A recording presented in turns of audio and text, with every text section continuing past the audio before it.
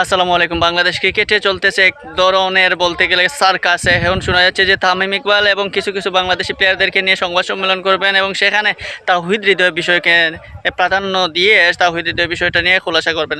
আসলে এখানে তাওহিদ হৃদয় ম্যাচার নাকি ফারুক আহমেদের যে 120 কোটি টাকার দুর্নীতির যে একটা তত্ত্ব আসছে রিয়াসাত আজম কর্তৃক, সেটা দামাচাপা দেওয়ার তত্ত্ব কোনটা, নাকি সেটাকে অন্য খাতে ঘুরানোর জন্যই তাওহিদ হৃদয় প্রসঙ্গকে সামনে এনে এই বিষয়টা মানে বলা যায় যে একদম ফিনিশিং যে জিনিসটা আমাদের মাঝে এখন ফেসবুক টোটাল ইউটিউব সোশ্যাল মিডিয়ায় যেটা সবচেয়ে বেশি আলোচিত আলোড়ন সৃষ্টি করছে, সেই বিষয়টাকে অন্য দিকে ঘোরাতে চাচ্ছেন নাকি তামিম ইকবাল বা বাংলাদেশের যে প্লেয়ারগুলো রয়েছেন সেটাই।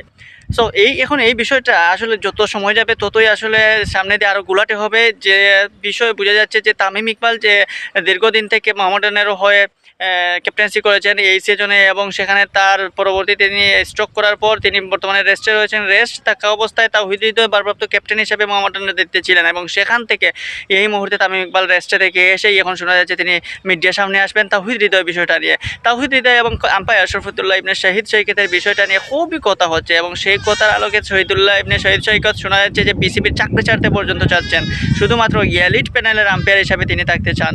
সো কত ঝামেলা এই বিসিবিতে। ফারুক আহমেদের বিষয়টা দীর্ঘদিন থেকে নাজমুল হাসান পাপন বাংলাদেশ ক্রিকেট বোর্ডের প্রেসিডেন্ট ছিলেন।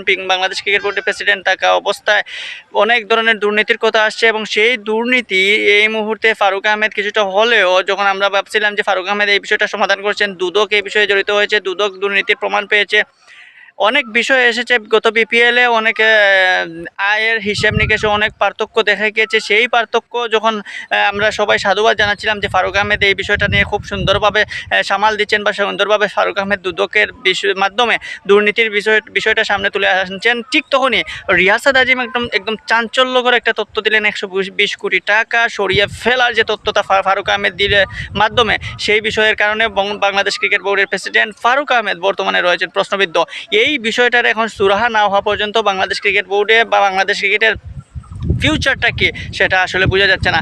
তার সাথে তামিম ইকবাল কিংবা যারা প্লেয়াররা এই মুহূর্তে বিসিবিতে আসছেন শোনা যাচ্ছে, বা তামিম ইকবালের সংবাদ সব কিছু মিলে এলোমেলো একটা অবস্থায় বাংলাদেশ ক্রিকেট বোর্ড, এবং সেই এলোমেলো অবস্থায় বাংলাদেশ ক্রিকেটের উন্নতিটা কতটুকু হবে এই মুহূর্তে যদি এই তাওহিদ হৃদয়ের প্রসঙ্গটাকে সামনে এনে ক্রিকেটাররা যদি কোনো কিছু বলে, বা ক্রিকেটাররা এটাকে নিয়ে যদি অতিরঞ্জিত কোনো কিছু করে ফেলতে চান, তাহলে তো সেটা বলা যায় যে সেটা আলোচনায় রাখার জন্য এবং ফারুক আহমেদের ইস্যুটা দামাচাপা দেওয়ার জন্য। কারণ তাওহিদ হৃদয়ের বিষয়টা যেহেতু একটা সমাধানে গেছে, বাংলাদেশ ক্রিকেটের বোর্ড বা আম্পায়ার্স কমিটি যারা রয়েছে তারা, যেহেতু তাওহিদ হৃদয়কে 2 ম্যাচ নিষিদ্ধ করা হয়েছিল, পরবর্তীতে 1 ম্যাচ নিষিদ্ধ করা হয়েছে, আবার সেই আগের অর্ডারটা মেনে নেওয়া হয়েছে যে তাওহিদ হৃদয়কে আবারও 1 ম্যাচ নিষিদ্ধ করা হবে। সো এই সিম্পল বিষয়টা এখানে একটা জিনিসটা হচ্ছে একটা ম্যাচ নিষিদ্ধেরই মাত্র এই বিষয়টাই। সো এই বিষয়টা যদি চলে যায় তাহলেই তো শেষ। সো এই বিষয়কে আবারও সামনে এনে কি একটা অবস্থা সৃষ্টি করতে চায় ক্রিকেটাররা কিংবা এর সাথে জড়িত যারা রয়েছে তারা, এখন সেটা খোলাসা হবে মিডিয়া বা মিডিয়ার সামনে তামিম ইকবালের বক্তব্যের আলোকে, এবং সেখানে বোঝা যাবে কি হয়েছে